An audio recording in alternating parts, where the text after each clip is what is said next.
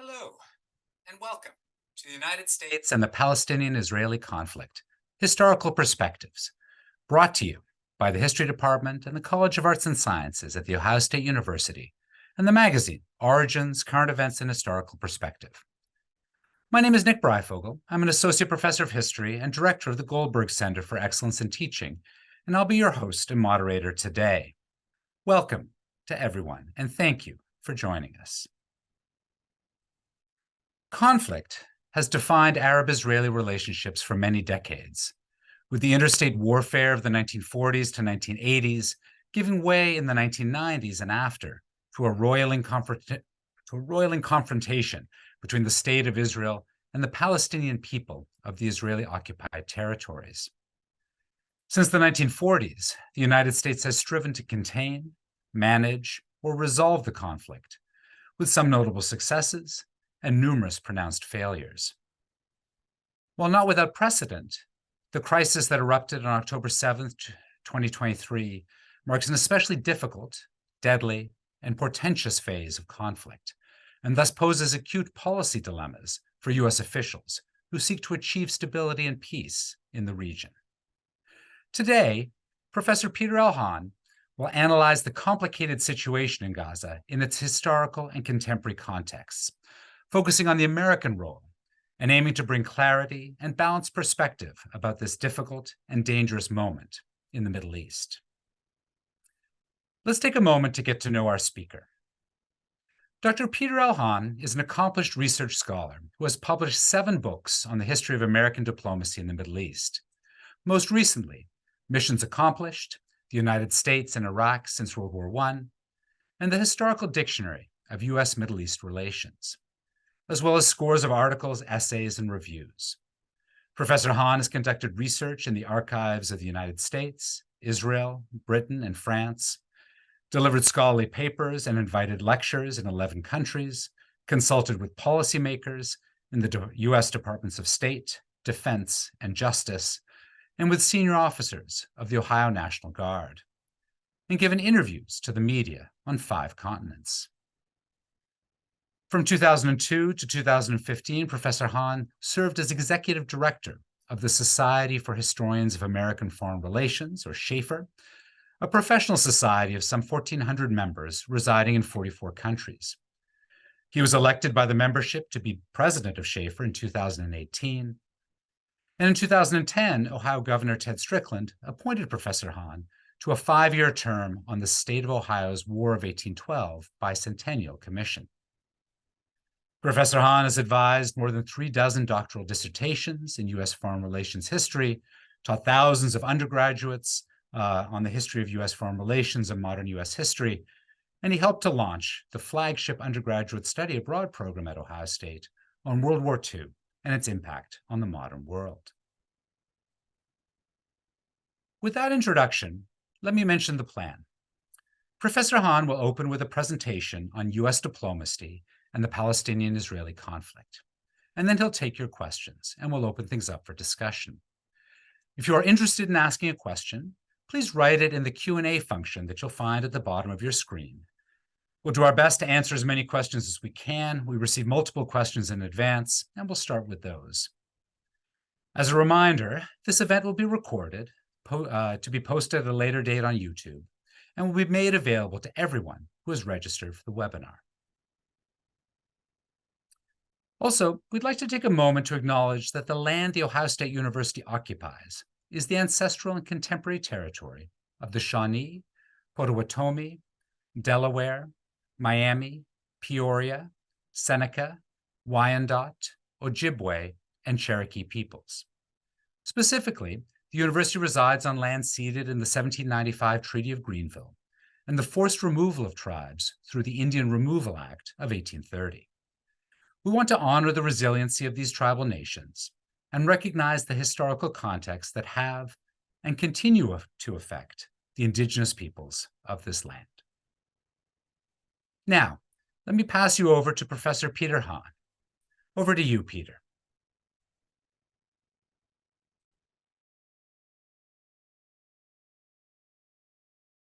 Thank you, Nick, for that kind introduction and for the invitation to address this webinar this afternoon. I'm honored and pleased to speak on the topic of the U.S. and the Palestinian-Israeli conflict in historical perspective.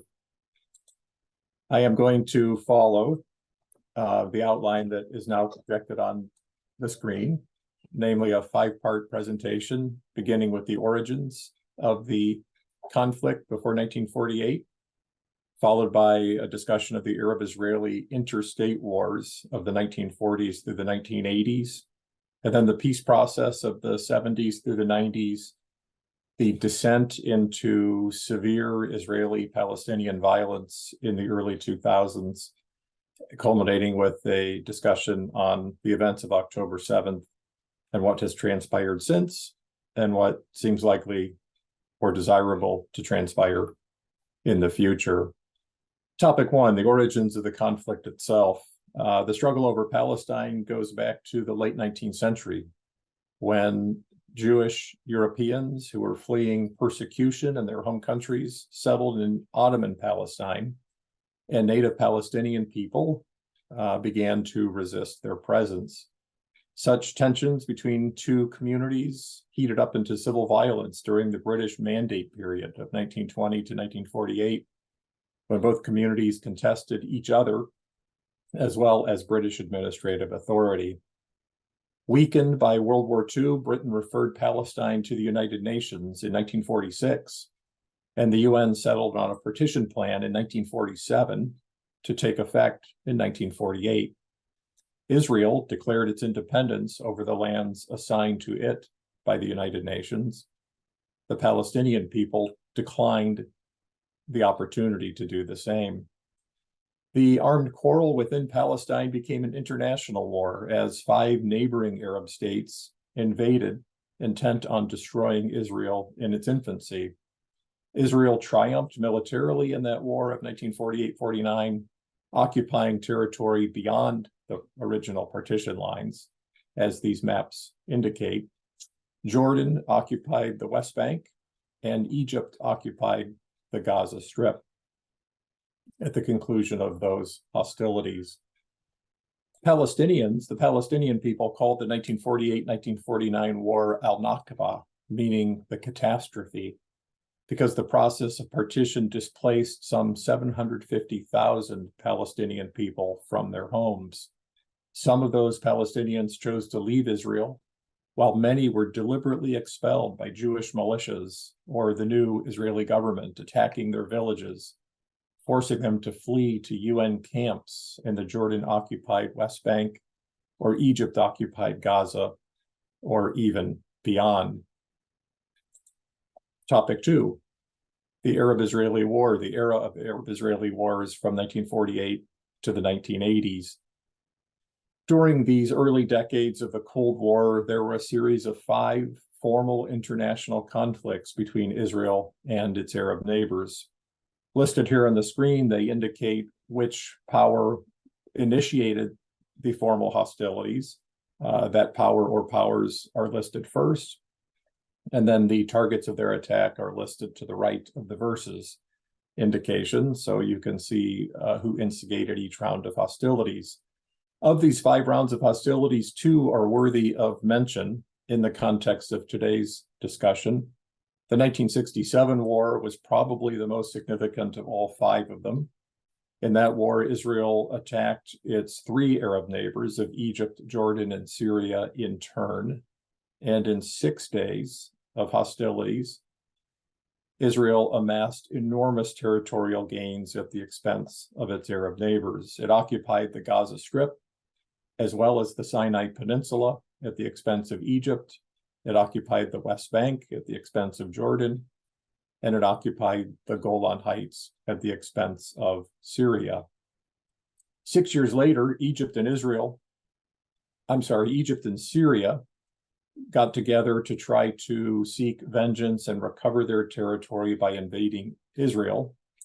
Although they were eventually repulsed, the Egyptian and Syrian armies shed a lot of Israeli blood, thus causing war fatigue on both sides of the conflict. What about the Palestinian people during this era of international warfare? Well, in the late 1940s and 1950s, Palestinians, generally speaking, were leaderless as a national entity. The Kingdom of Jordan presumed on many occasions to represent their interests in international discourse. Gradually, a Palestinian resistance movement began to take shape in the 1950s.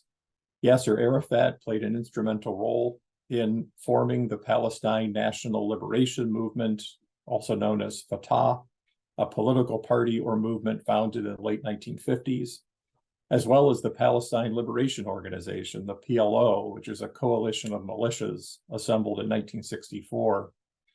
The PLO's express purpose was to use violence to destroy the state of Israel and liberate all of Palestine for its Palestinian people. The rise of Fatah and the PLO coincided with an escalation of violence between the two communities. Given power asymmetries, the PLO was unable to check or attack Israel by conventional military means. Thus, it used methods that met the US definition of terrorism, including cross-border raids, targeted killings, and bombings of civilian and government targets alike, mostly inside Israel, but increasingly in other countries around the world. Israel responded to those attacks with reprisals, with arrests and detentions, with border control measures, etc. Palestinian leaders based their armed resistance initially in the West Bank until Israel occupied it in 1967, and then in Jordan until King Hussein expelled them in 1970. Then they fought from Lebanon, which in the 1970s was in the throes of its own civil war, until Israel invaded that country in 1982 and forced the PLO to retreat to Tunisia.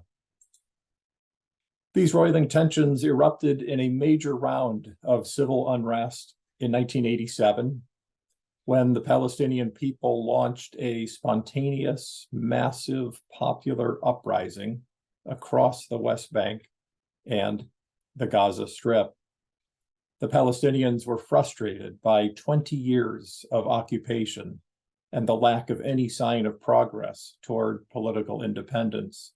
So they took to the streets in acts of civil disobedience and rioting to protest Israeli suppression of their rights and interests. Israelis responded with military suppression of their demonstrations, with mass arrests, with demolitions of property. About 1,500 Palestinians and 500 Israelis were killed in the violence. Lasting about 5 years, the uprising became known as the Intifada, an Arabic phrase meaning to shake off. Part 3, the peace process, especially the peace process under US leadership.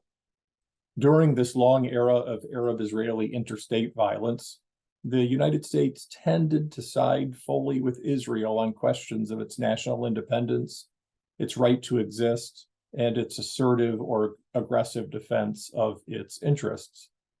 The Truman and Eisenhower administrations attempted even-handed, comprehensive peace plans, but they focused mostly on interstate relations. They neglected the Palestinians, and they failed to make much progress.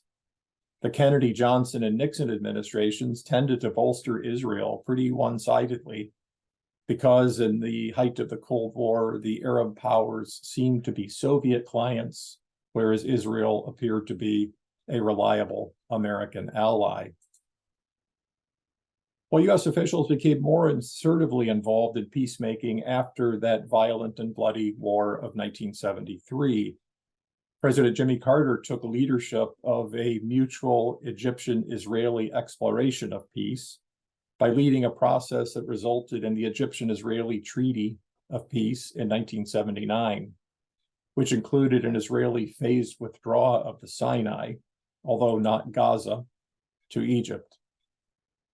However, Carter's efforts to achieve settlements between Israel and other Arab states and between Israel and the Palestinian people came to naught.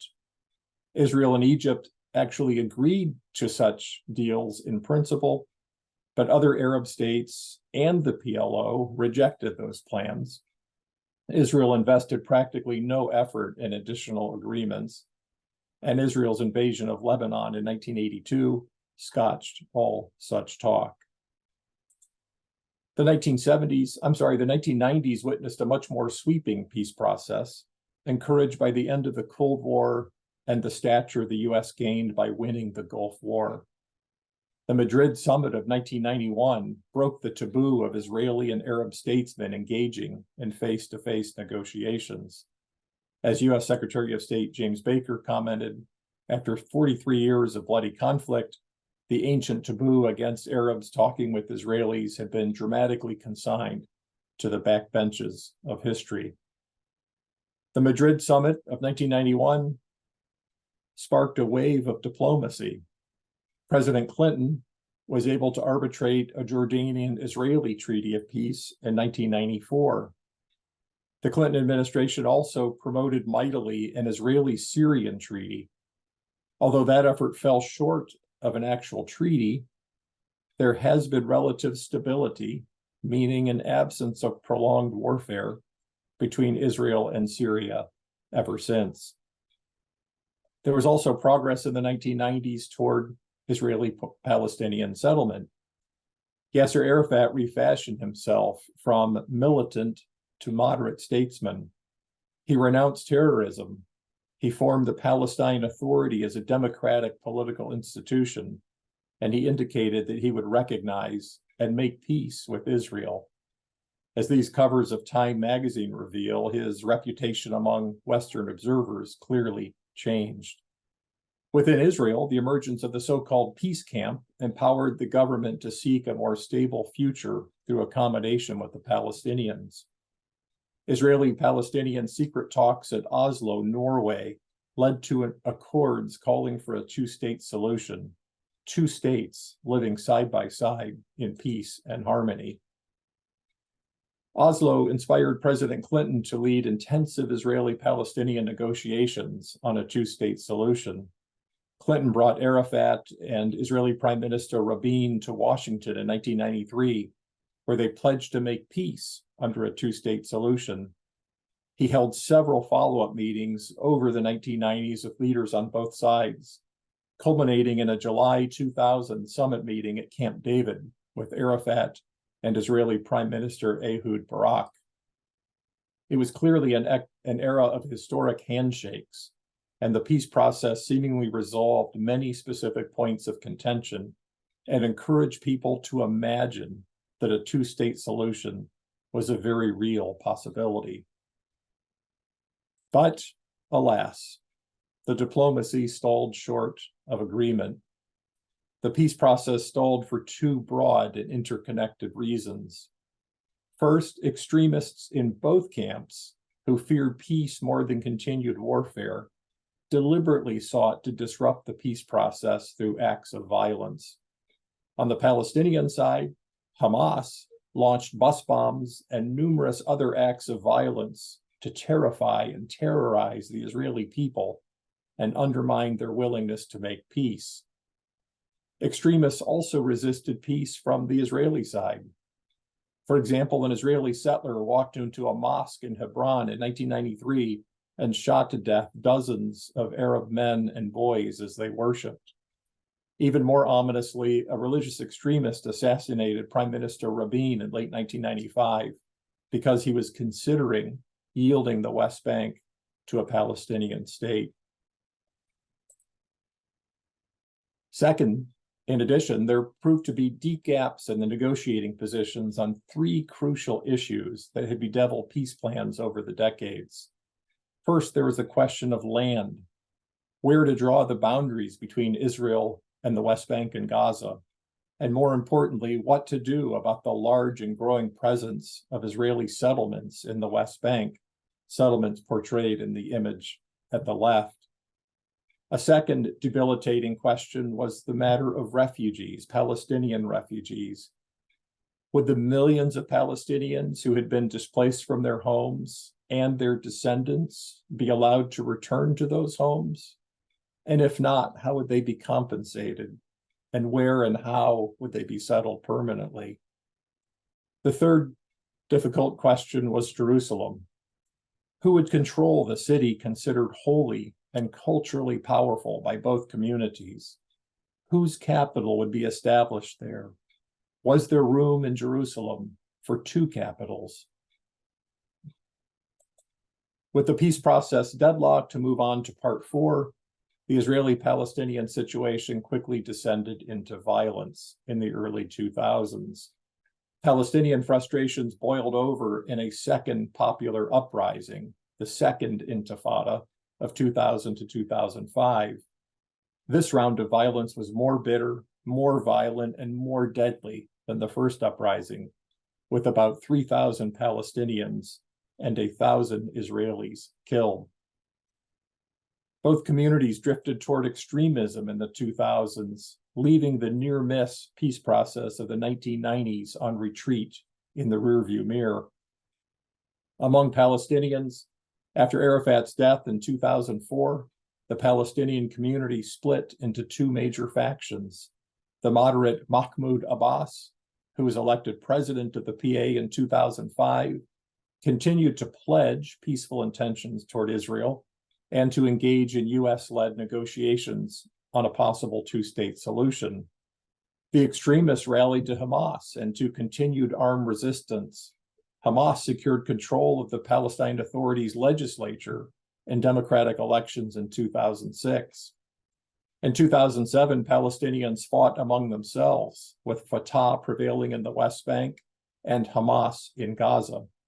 Fatah refrained from actively resisting Israel and also from making peace with Israel, while Hamas continued its war of resistance. Among Israelis, the country drifted to right-wing conservative orientation during the early 2000s. There was disillusionment among Israelis that the 1990s peace process had fallen short and that the Second Intifada had erupted. Israelis also reasoned that concessions they had made, such as withdrawing from southern Lebanon in 2000 and from Gaza in 2005, seemed to have led not to peace and stability, but instead to growing violence from those territories, orchestrated by Hezbollah and Hamas, respectively. Netanyahu returned as prime minister in 2009 and was reelected in 2013 and 2015, and again eventually in 2022. For a while, Netanyahu talked to President Obama about peace terms, but then he grew resistant to making peace. By the early 2020s, Netanyahu formed the most religiously conservative government in Israel's history and promoted a policy of repression of Palestinian interests and rights and rapid Israeli settlement of the West Bank. Netanyahu also provoked widespread protests by liberal Israelis who opposed his concessions to the religious right, probably weakening Israel's defensive capabilities.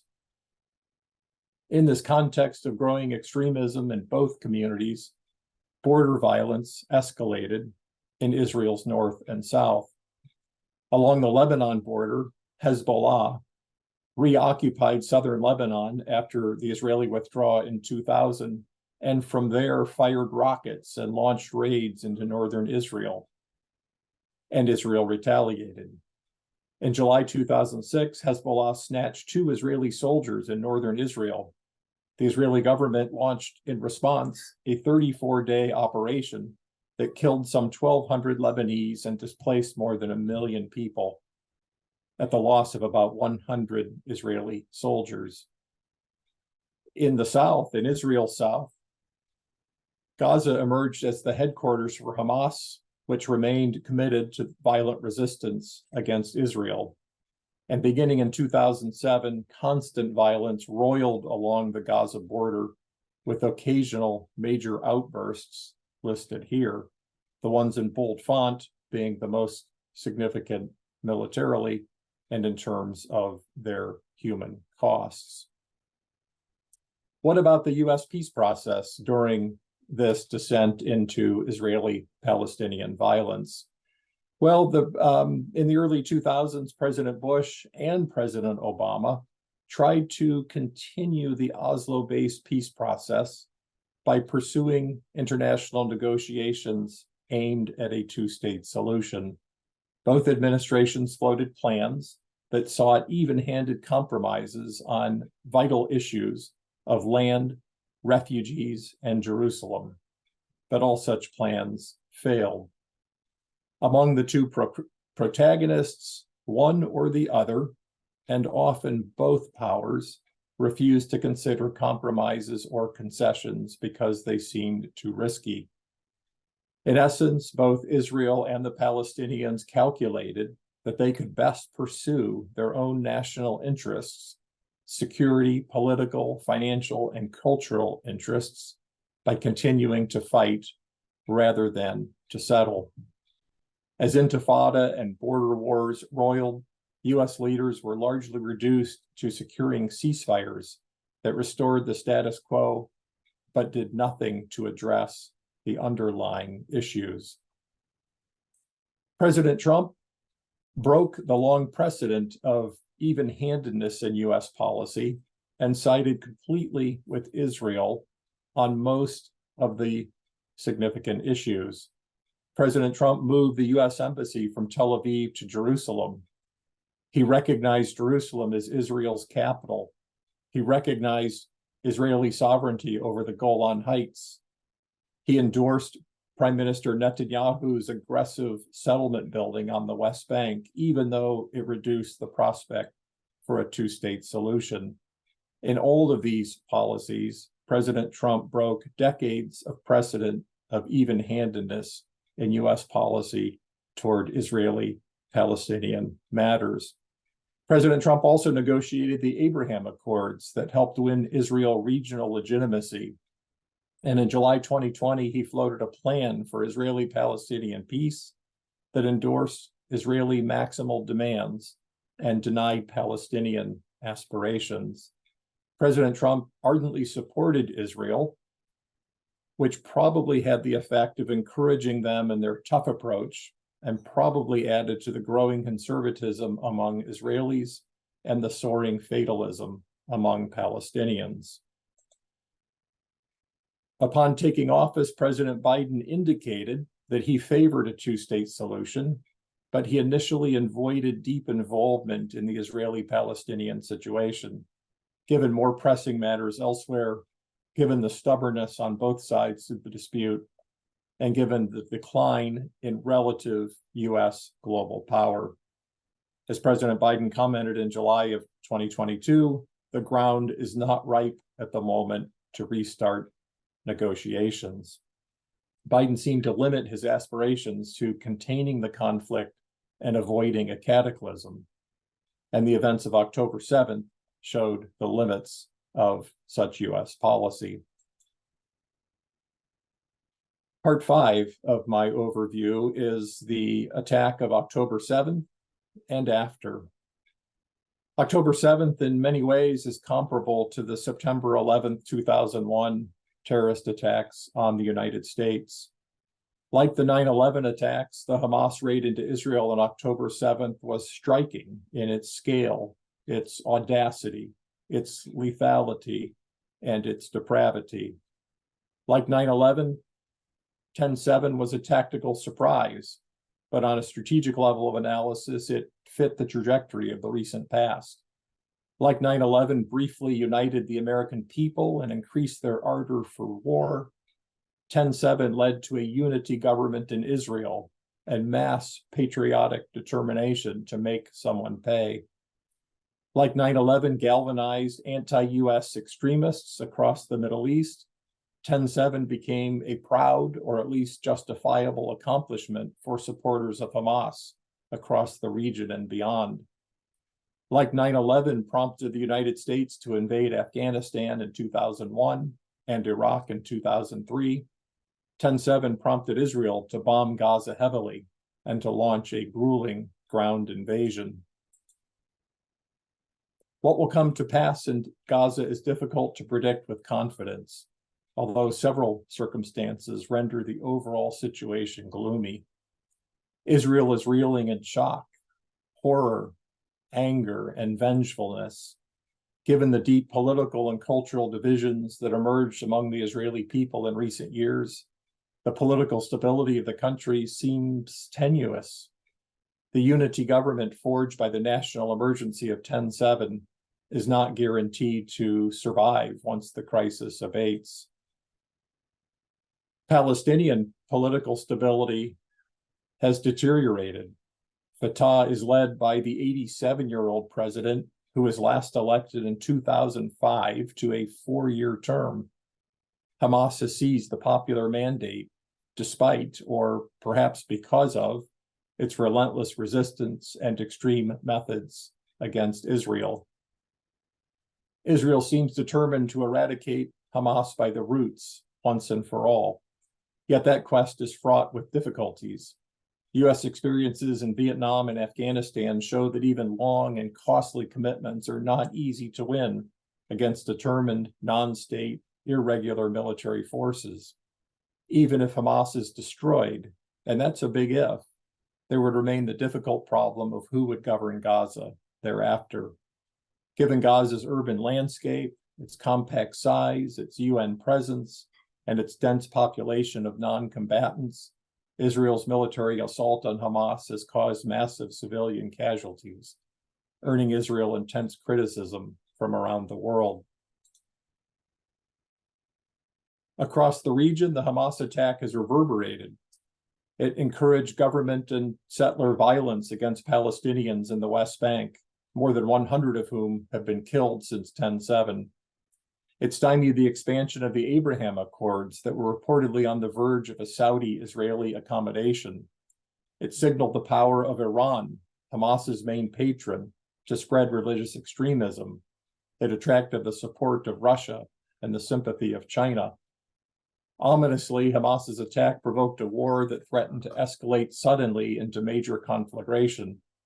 From southern Lebanon, Hezbollah has lobbed rockets across the border, and there are grounds for concern that Israel will decide to address the root of the Hamas problem by striking targets within Iran. If there's any ground for optimism or hopefulness, perhaps the highest ground is diplomacy, prospective diplomacy leading to a two-state solution. While such an outcome seems almost impossible right now, while Israeli tanks rumble into the heart of Gaza and Palestinian resistance continues, there are reasons to believe that it remains the only viable alternative to endless warfare. Two historic precedents give some reason to hope that diplomacy could yet succeed. The 1973 Arab-Israeli War, as I mentioned earlier, caused the deaths of thousands of soldiers, but also stimulated a peace process that resulted in the Egypt-Israel Peace Treaty of 1979. In addition, the Intifada of the late 1980s, although violent and deadly, was followed by the peace process of the 1990s. Getting to a two-state solution anytime soon would certainly not be easy.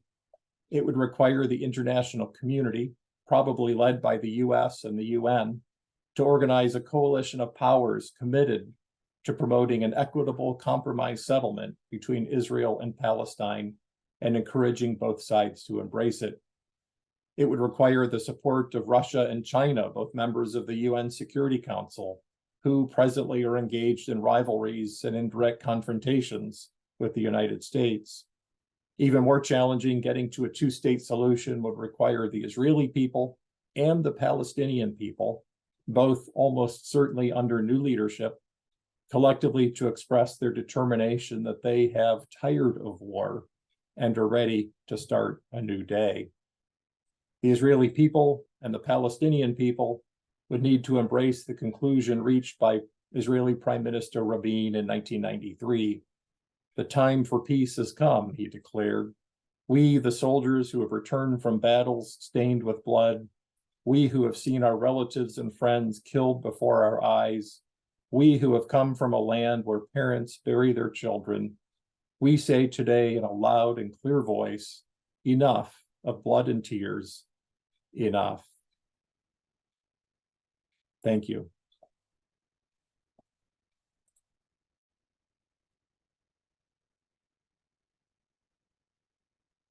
Peter, thank you very much for that very informative and fascinating and really kind of full presentation. We will take the time we have remaining to take questions from folks who are in the audience. And so if you have questions, please put them into the Q&A, and we'll get through as many as we can.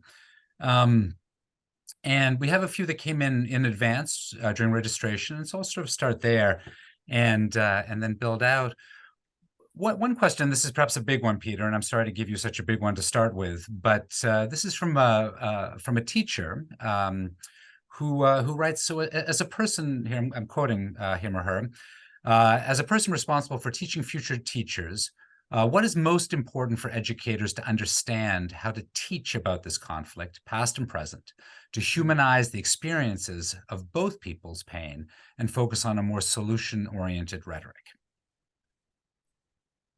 Thank you for that question. That's a great question, and one that I have thought about a lot because I teach this issue to undergraduate and graduate students here at Ohio State on a regular basis. My recommendation would be to follow the precepts that were implied in the question.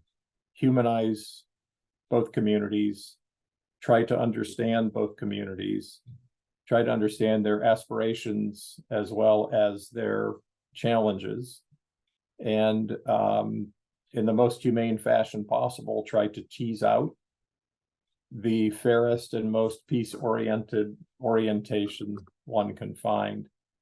It's easy to be drawn into taking sides. I personally aspire in teaching these materials to achieve complete objectivity, which might not be possible given our human condition, but I try nonetheless. By analogy, I sometimes think that I'm at a football game and there are two teams on the field in contest. I am not on those teams. I'm not a fan of those teams. And I'm not even the referee who might be making a judgment call that affects the outcome of the contest. But rather, I'm up in the press box as a journalist reporting on the game to an audience overseas that knows nothing about the game. And my job is to capture the game and all of its complexity, including what the referees are doing, as my mission. And that's what I try to convey to my students.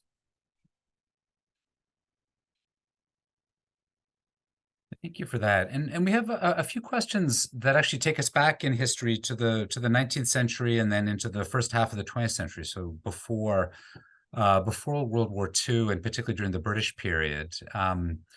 And I'll kind of give a couple of them together just now. So one asks, how was it that fleeing European Jews originally identified Palestinian territory for their settlement? So, and the second asks if we should blame this on the British, and basically says the British created the mess in the Middle East many years ago with the Balfour Agreement, bribing the Arabs into a situation that has failed to create peace. What is your perspective on the Balfour Agreement, and how did it affect the region? Two fine questions. Let me take the Balfour one second, and then Nick, I might need you to refresh my memory on the first. There's plenty of evidence that British diplomacy from the First World War era through the end of the Mandate put Palestine on a road to embittered conflict for decades to come. During World War I, as a matter of wartime expediency, the British made promises to three different communities in the Middle East. Those promises were not reconcilable, but they made them anyhow because they were under wartime emergency and they felt like they had to. They promised the Arab peoples that they would enjoy national sovereignty after the war. They promised the Jewish people that they would have a Jewish national home in Palestine after the war. And they promised themselves and the French that they would dominate the region as colonial powers working through the emergent League of Nations. That set the stage for decades of conflict that followed. And one can make the case that even now, more than 100 years after the end of World War I, those British decisions are still causing complications. Now, I would not oversell that point because British and other Western colonial powers created complications in many other areas of the world as well. But in other such cases, local powers were able to figure out how to stabilize and succeed and live in prosperous, peaceful times nonetheless. So yes, the British legacy is important, but something else has also happened to account for the evolution of the Arab-Israeli conflict as we have witnessed it. The first question on how European Jews got a toehold in Palestine. European Jews had always felt a cultural affinity for Palestine because it was the ancient homeland of the Jewish people, as recorded in Jewish holy scriptures. Many believed on religious grounds that the land there was holy and had been promised to them by God, and that they had been unjustly expelled by the Roman Empire some 2 millennia before. And devout Jews and even cultural Jews would engage in a frequent toast of next year in Jerusalem as a way of affirming that they always had this constant affinity for the ancient homeland. In the 1800s, as nationalism swept Europe, Jewish people there became imbued with what was called Zionism, which was a form of Jewish nationalism. They began to dream of building a Jewish state somewhere. They were naturally attracted to the idea of Palestine. European Jews tended to be wealthy and educated, at least more so than local Middle Easterners, and they had thus had the means to explore moving into Palestine and purchasing land and beginning to establish settlements there. Palestine at the time was under the administrative control of the Ottoman Empire, which governed it on a decentralized basis, and thus created the opportunity for ambitious European Jews to move in, purchase land, open businesses, build homes, and begin to build a sense of community. The Palestinian people were there. They were certainly present. However, they were very decentralized, and they thus didn't have the political or military infrastructure needed to govern the land in a way that would have made it resistant to that Jewish settlement. Let me jump us forward a little bit, because we have a few questions about just what might be possible for long-term peace in the region. And you talked a little bit about this in the presentation, but perhaps you could talk a little bit further. I think that there's real interest in knowing, is a two-state solution, possible? Is it possible if groups like Hamas remain? Is it possible if Hamas is somehow taken out of power through the process that's ongoing at the moment? What might be the role for other great powers around the world, or the UN, in helping to foster that? What is possible in that regard? And is the two-state solution the only one that might be left for a peaceful outcome? The two-state solution is not the only prospective solution leading to peace. It's one of several. In my judgment, it's the one most likely to succeed.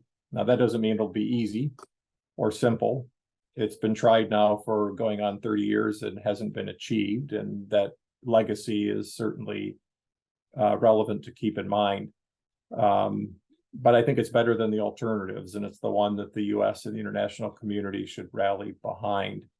The alternatives include a one-state solution, which is somehow creating a single country of Israel-Palestine that, I'm not sure what you would call it. You'd come up with some name that would give peaceful, democratic, equal rights to all of its inhabitants. In an idealistic world, I can see the merits of that prospect, but in the real world, I think it poses more difficulties than a two-state solution does, simply because of the legacy of tensions and so forth. It's my observation that the Jewish people of Israel want to have a country that's Jewish and democratic. I mean, that's fairly well known by everyone. And the best way for them to achieve that aspiration is to have a state of Israel that's distinct from a state of Palestine. And I suspect that the thinking on the Palestinian side is similar.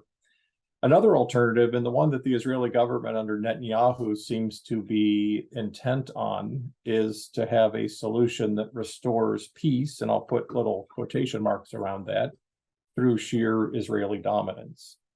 That was the direction of Netanyahu's policy even before October 7th. And it seems to be especially his intention, at least as he expresses himself in press conferences these days, now that he's at war in Gaza. He has indicated that his government's going to invade Gaza, utterly destroy Hamas, and remain in occupation and control of Gaza for the indefinite future. That would be the culmination of an approach he took before 10/7, and that he did with the blessing of the United States government during the Trump administration, of becoming the super dominant power, the only one that's left, completely vanquishing Palestinian authority or any pretense to government, and sort of controlling the Palestinian people. Now, from an Israeli point of view, that could be sort of an armed peace where the minority Palestinians are just brutally suppressed, but that doesn't really fit a definition of peace as it's understood by the rest of the world community. So I find that prospect highly unattractive as well. What it would take to get to the two-state solution is heroic diplomacy. It would certainly mean the downsizing of Hamas's terrorist legacy and the violent depravity of its October 7th attack. It probably, or at least likely, would need to mean that Hamas is emasculated completely or put out of business completely.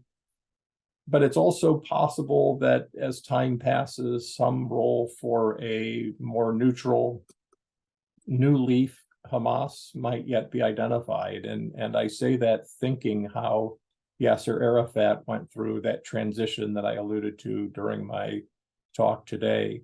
If Arafat could turn the corner from, hated, scorned terrorist thug, which is how he was seen by Israel and the West in the 1960s and 70s, if he could transition to statesman and turn the PLO into a democratic Palestine Authority and be welcome to Camp David to shake hands with Israeli leaders and US leaders, that's happened before. So who's to say it's impossible that Hamas could go through some similar transition?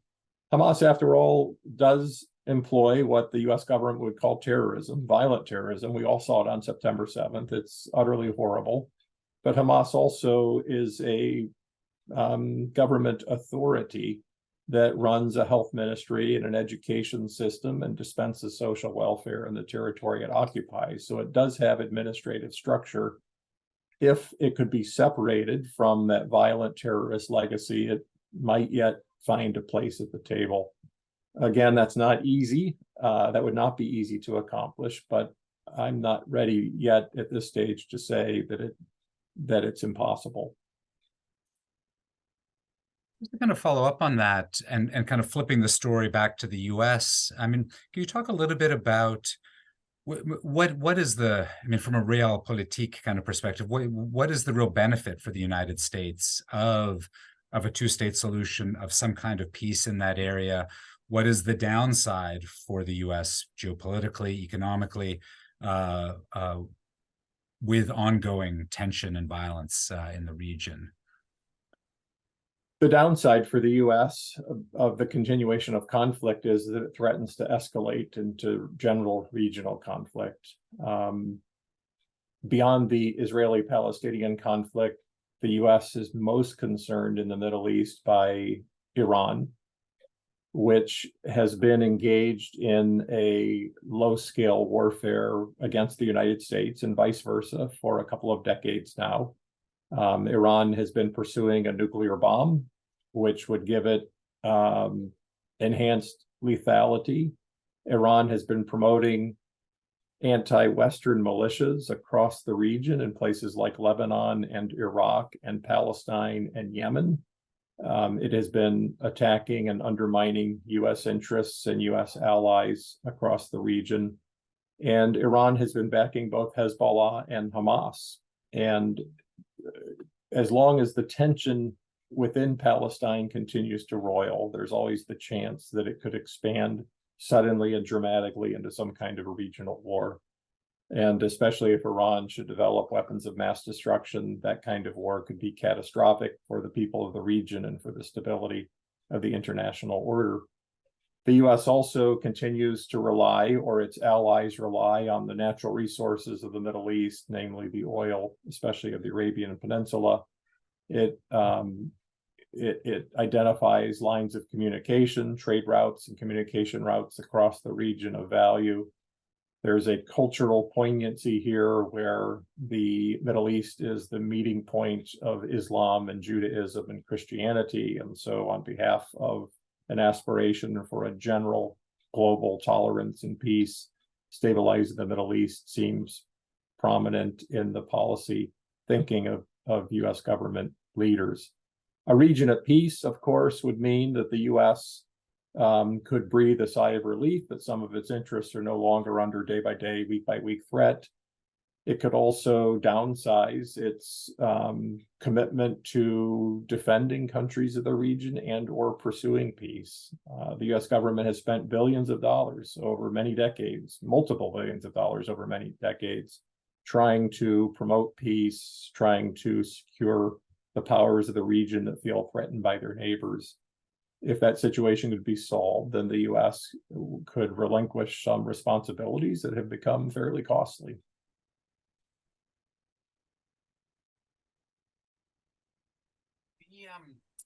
We probably have time for a couple more questions. Let me take this one, which is sort of asks to kind of think about the asymmetrical nature of the conflict, both today and historically, and asks, can we understand the violence of Palestinian militants in the context of anti-colonial national liberationist ideologies? And is it the case that there is a right to use armed resistance against a colonial occupier, as many Palestinians seem to understand Israel? Yes, I think so. I think the Palestinian resistance fits the mold generally of national resistance movements to what are defined as colonial or occupying powers. The Palestinian struggle against Israel in many ways, not exclusively, but in many ways resembles, say, the insurrection against US forces in Iraq, or the resistance against US forces in Afghanistan, or from past generations in Vietnam. Now, there are key differences in that the resistance of Palestinians has gone into Israel proper on a scale that Vietnamese, Afghan, and Iraqi resistance never really found its way onto US soil. But if one follows the contours of international law as manifest in UN resolutions going back to 1948, one would observe that the West Bank and Gaza are still occupied territories, and that under international law that has a certain meaning. Israel's supposed to relinquish control of them eventually. It's not supposed to colonize them permanently. It's not supposed to build housing settlements on them. It does that. It's not supposed to force the indigenous peoples off those lands. Well, it has done that in the past, and it's doing that even on a more pronounced basis right now, more so since 10/7 than in the corresponding time before 10/7. So as Palestinians resist, they portray their resistance as authentic and legitimate under international conventions pertaining to resistance to occupation forces. And there are some parallels, although again, it's not a slam dunk, complete and total parallel to other resistance movements. The Palestinians, given the asymmetry of power, have decided clearly by their behavior that they cannot engage in above board traditional conventional military activities. They are so comparatively impotent to Israeli forces that if they fielded a traditional army and sent it out into battle against the Israeli army, if they should do that, they would lose calamitously and quickly. And so they've had to rely on irregular methods, suicide bombs, cross-border raids, random rocket assaults, etc. All such techniques meet the US government definition for terrorism, which of course the US government wrote to make it impossible for the US government to ever engage in terrorism, and made it easy for many of what the US considered its adversaries to engage in terrorism. Palestinian defenders would say they would counter argument that one man's terrorist is another man's freedom fighter, to use a phrase that Arafat himself once used back in the 80s. They think that kind of resistance is justified because they have been so suppressed that it's the best means they can come up with, even though it breaks what Western powers define as the rules of war. Let me sneak in one more question, maybe in just a speed answer, about a minute or that sort of thing. But sadly, it's a big question for a short period of time. But I guess to what degree do you see religious considerations as being formative here in this conflict, as opposed to geopolitical, economic, or any others? And are there any hopes, religious-based hopes, for a peaceful settlement, particularly given that there are a lot that Judaism and Islam share in terms of religious ideas? So those kind of two parts of that religious question. Yeah, that's a very complicated question. I'll try to give you a very quick answer. I think there are multiple variants behind the policies of both communities: geopolitics, economics, culture and history, etc. It's also clear to me that religion is also a factor that needs to be analyzed. And I think that religion in both communities cuts both ways, meaning that in both communities, for some people, religion impels them to fight harder and more violently. But at the same time, for other members of the same community, their religious values inspire them to dream of an era of peace. That sounds complicated and contradictory, but I would submit that that's part of the human condition. And I think that if we Americans, assuming that, that's a safe thing to say to an audience that I can't see, if we think about our own historical experience and our own contemporary policies, we see that same tension, where the same religion can inspire some of us toward violence and others of us toward peace. So I'm not surprised, actually, to note that tendency among the Israelis and the Palestinians as well.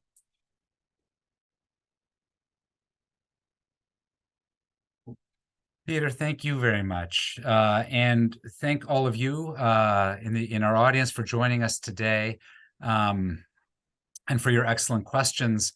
I'm very grateful to Peter Hahn for sharing his expertise and his insight about this extraordinarily important set of events that we're all living through together. Please join me in giving him a virtual round of applause. Thank you. If you'd like to know more, Peter Hahn has published, as I mentioned at the outset, multiple books and articles on this topic. And if you happen to be in the Columbus, Ohio area, he'll be teaching a course on U.S. diplomacy in the Middle East, where you can really delve in ever more deeply into this. I'd like to thank the College of Arts and Sciences, the Department of History, the Goldberg Center, and Origins Current Events and Historical Perspective for their support. Thank you again for coming out today. Stay safe and healthy. We'll see you next time, and goodbye.